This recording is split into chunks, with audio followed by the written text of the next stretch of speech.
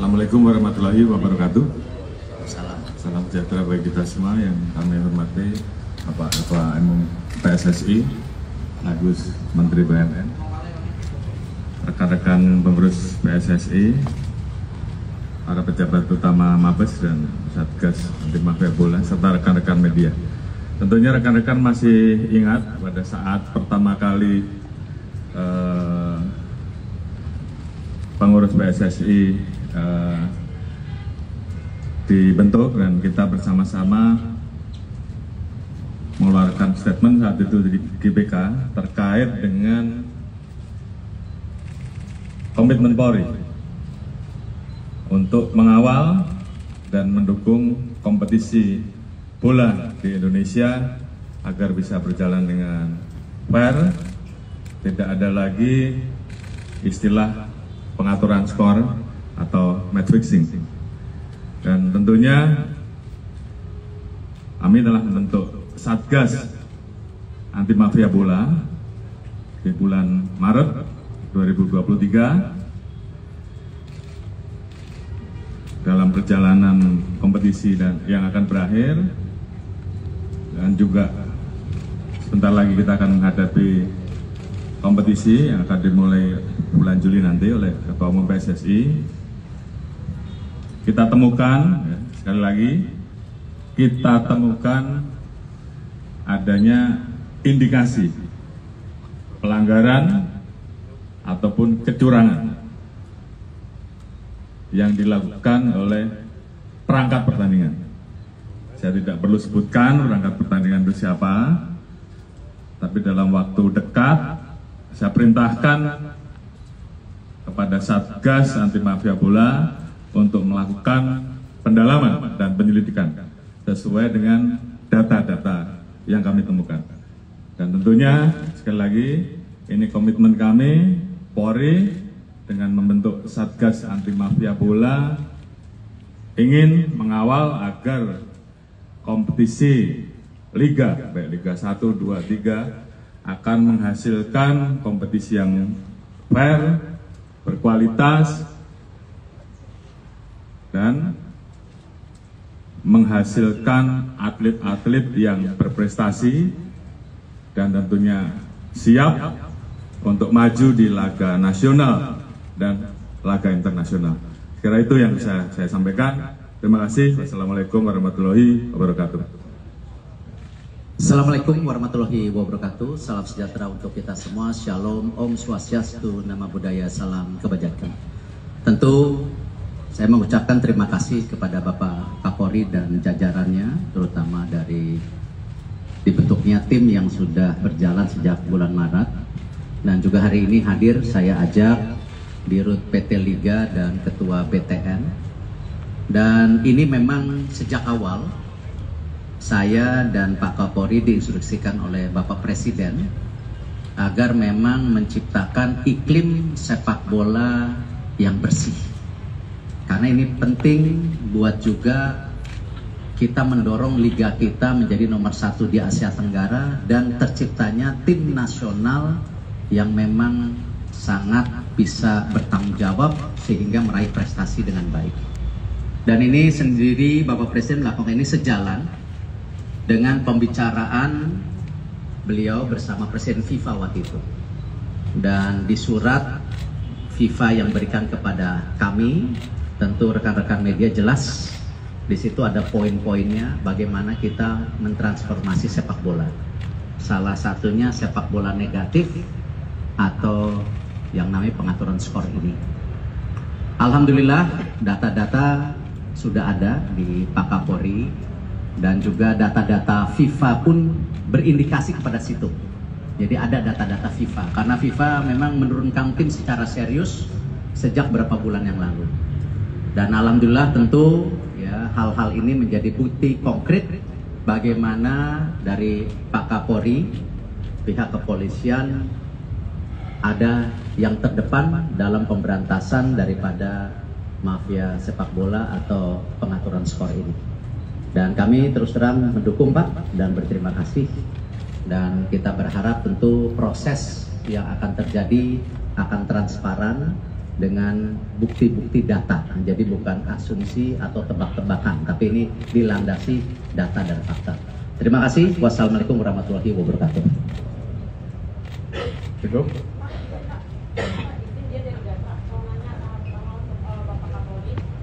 Apakah sistem pengamanan dari Polri sudah humanis pasca tragedi Kanjuruhan, dan bagaimana dengan pengendalian dari pengendalian penonton? Dan yang kedua, untuk Bapak Erick Thohir, apakah PSSI dan Pantau sudah siap agar tidak terjadi kerusuhan antara penonton?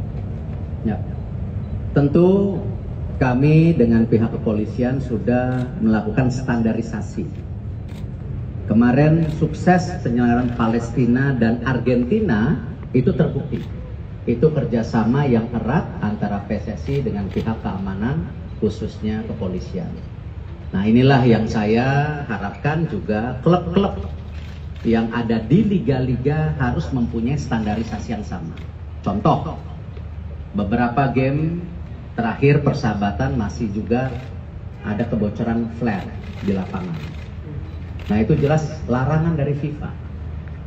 Ya, kalau kita lihat kemarin waktu pertandingan di Argentina, kita lawan Argentina, ada jelas larangannya.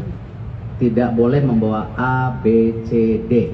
Nah, ini saya berharap tentu liga, klub bisa tegas melakukan ini. Karena sampai hari ini pun saya belum menandatangani yang namanya detail operasional liga.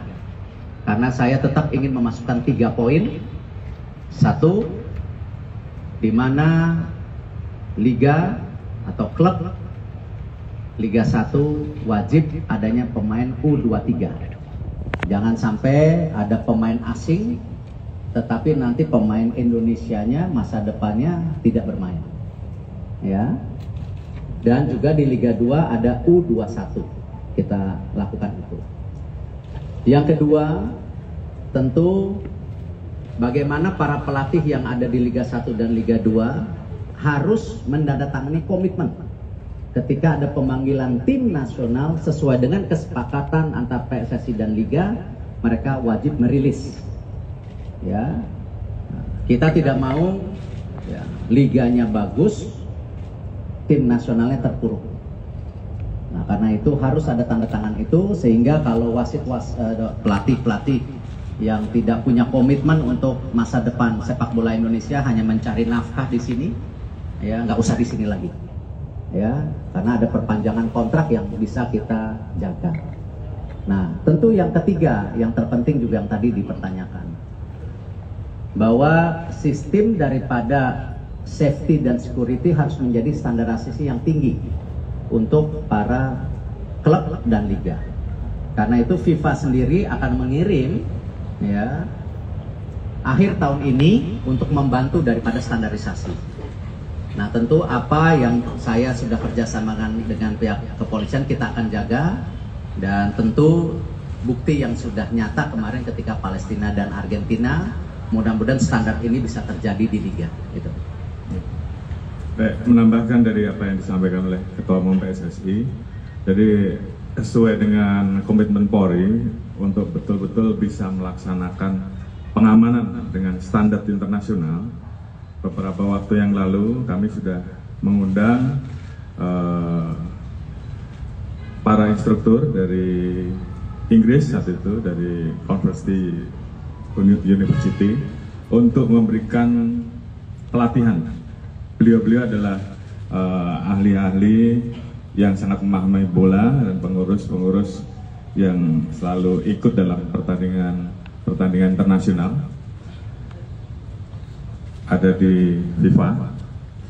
Jadi kita laksanakan pelatihan pada saat itu yang diikuti oleh personil Polri, kemudian juga pengurus liga, kemudian juga ada perwakilan supporter, sehingga kemudian kita ingin bahwa penyelenggaraan liga di Indonesia ke depan kita menggunakan standar pengamanan internasional. Saya kira rekan-rekan beberapa kali sudah melihat bahwa pertandingan yang kita laksanakan beberapa waktu di session kemarin, pola pengamanannya sudah berubah.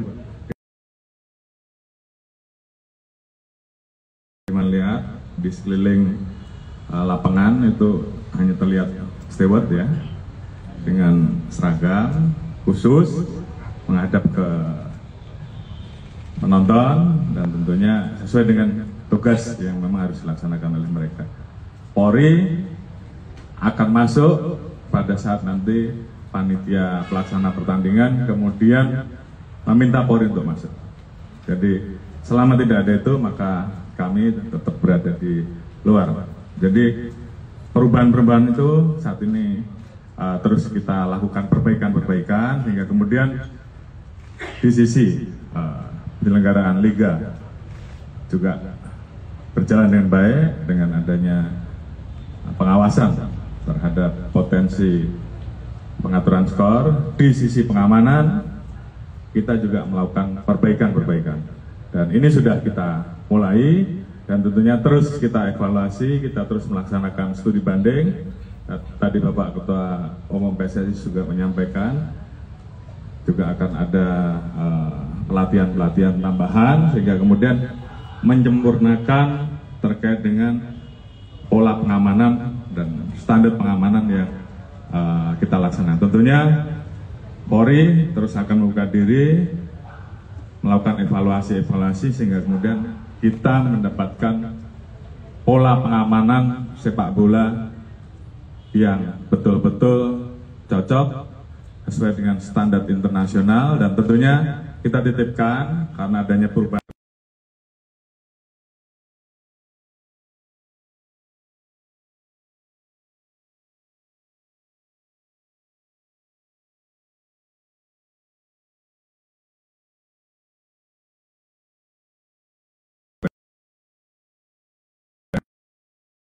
Dan itu saya kira menjadi kesepakatan dan kita harapkan seluruh masyarakat pencinta bola bisa menciptakan iklim yang mendorong sehingga kemudian FIFA betul-betul bisa memberikan kesempatan itu. Mungkin nanti Pak Ketua Umum PSSI yang akan sampaikan. Terima kasih. Saya Majid dari Tribunnews. Mau tanya juga Pak Kapolri, Pak. Berbuat soal yang tadi temuan, mungkin bisa dijelaskan sedikit saja Pak, itu terjadi di Liga 1 atau Liga 2. Terus kemudian kedua, Liga nanti akan bergulir di tengah masa kampanye Pak, dari bulan November sampai di nah itu bagaimana Pak dari tugas kepolisian sendiri bisa bertugas di situ? Baik, tadi sudah saya jelaskan bahwa Satgas Anti Mafia Bola kita sudah bentuk bulan Maret, di mana strukturnya gabungan antara Satgas yang ada di pusat dan kemudian juga kita bentuk struktur di daerah. Ada beberapa tempat yang tentunya kita siapkan, kalau tidak salah 15 wilayah, nanti akan disesuaikan juga dengan rencana penyelenggaraan dan itu akan kita tambahkan kalau memang diperlukan.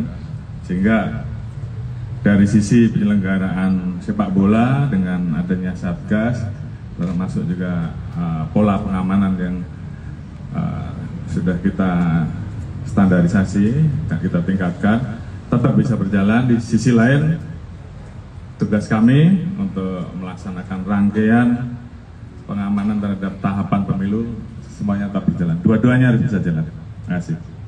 Tentu sesuai dengan kesepakatan bahwa nanti dari Liga sendiri sudah mengerti kapasitas penonton hanya 50%. Dan tentu transisi daripada sesuai dengan pantauan FIFA untuk 1 tahun ini, bahkan bisa 2 tahun, tergantung kita bisa nggak memberikan keyakinan kepada FIFA bahwa memang kita bisa memastikan supporter pulang ke rumah dengan selamat. Ya, salah satunya bagaimana hari ini pertandingan yang namanya kandang itu hanya didatangi oleh sementara oleh supporter yang dimiliki oleh klub tersebut, belum ada supporter tamu. Tapi tentu ke depan kalau kita lihat tertib, ya bisa saja FIFA melenturkan daripada kesepakatan yang telah diberikan. Presiden Jokowi kan memerintahkan PSSI untuk persiapan menuju 17 Pak. Kira-kira persiapannya sudah sejauh mana?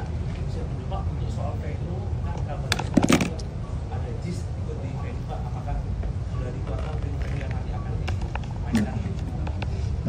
besok saya baru rapat untuk pembentukan panitia U17. Nanti insya Allah jam 4.30 juga saya dengan Bapak Presiden untuk menyampaikan beberapa tentu requirement dari FIFA. Karena selama ini kan saya belum sampaikan secara publik. Nah, nanti saya sampaikan ke Bapak Presiden. Nanti dari situ mungkin saya juga akan bicarakan juga dengan Pak Kapolri, stadion-stadion mana yang memang bisa akan dipakai. Lalu juga bersama Pak Basuki, stadion mana yang perlu direnovasi tambahan. Sejalan dengan tentu 22 stadion yang akan direnovasi oleh pemerintah. Sejalan juga dengan VAR yang akan dilakukan oleh Liga pada Februari tahun depan, tetapi trainingnya dimulai tahun ini. Jadi itu, jadi saya belum bisa jawab secara detail. Cukup? Oh. Dua terakhir ya.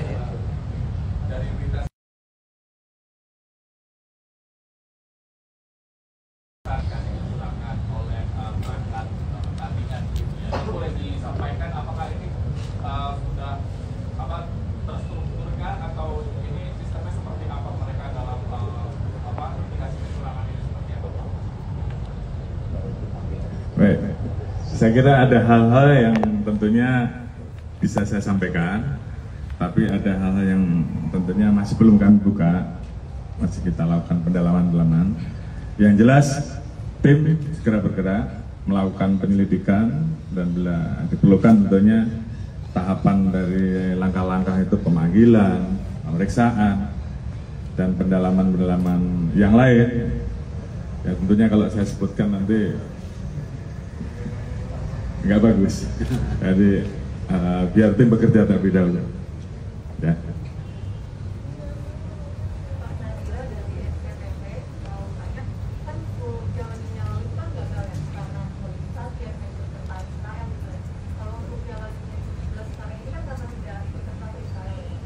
Nah, itu luar biasa standarnya, mereka puji. Dan negara-negara seperti Argentina, Palestina juga menyampaikan secara resmi bahwa Indonesia punya standar yang tinggi. Yang kedua, tentu keseriusan Bapak Presiden. Ketika kita menyampaikan blueprint ya transformasi sepak bola kepada FIFA, yang waktu itu saya ke Paris waktu itu.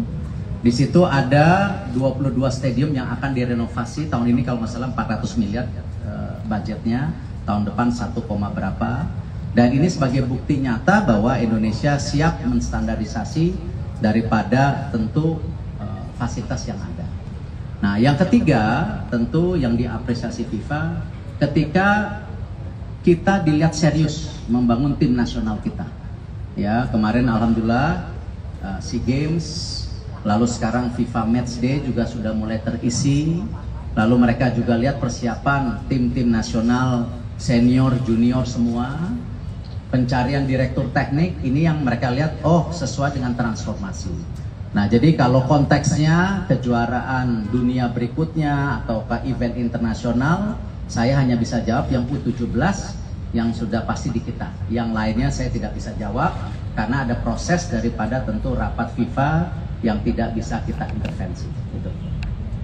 Cukup?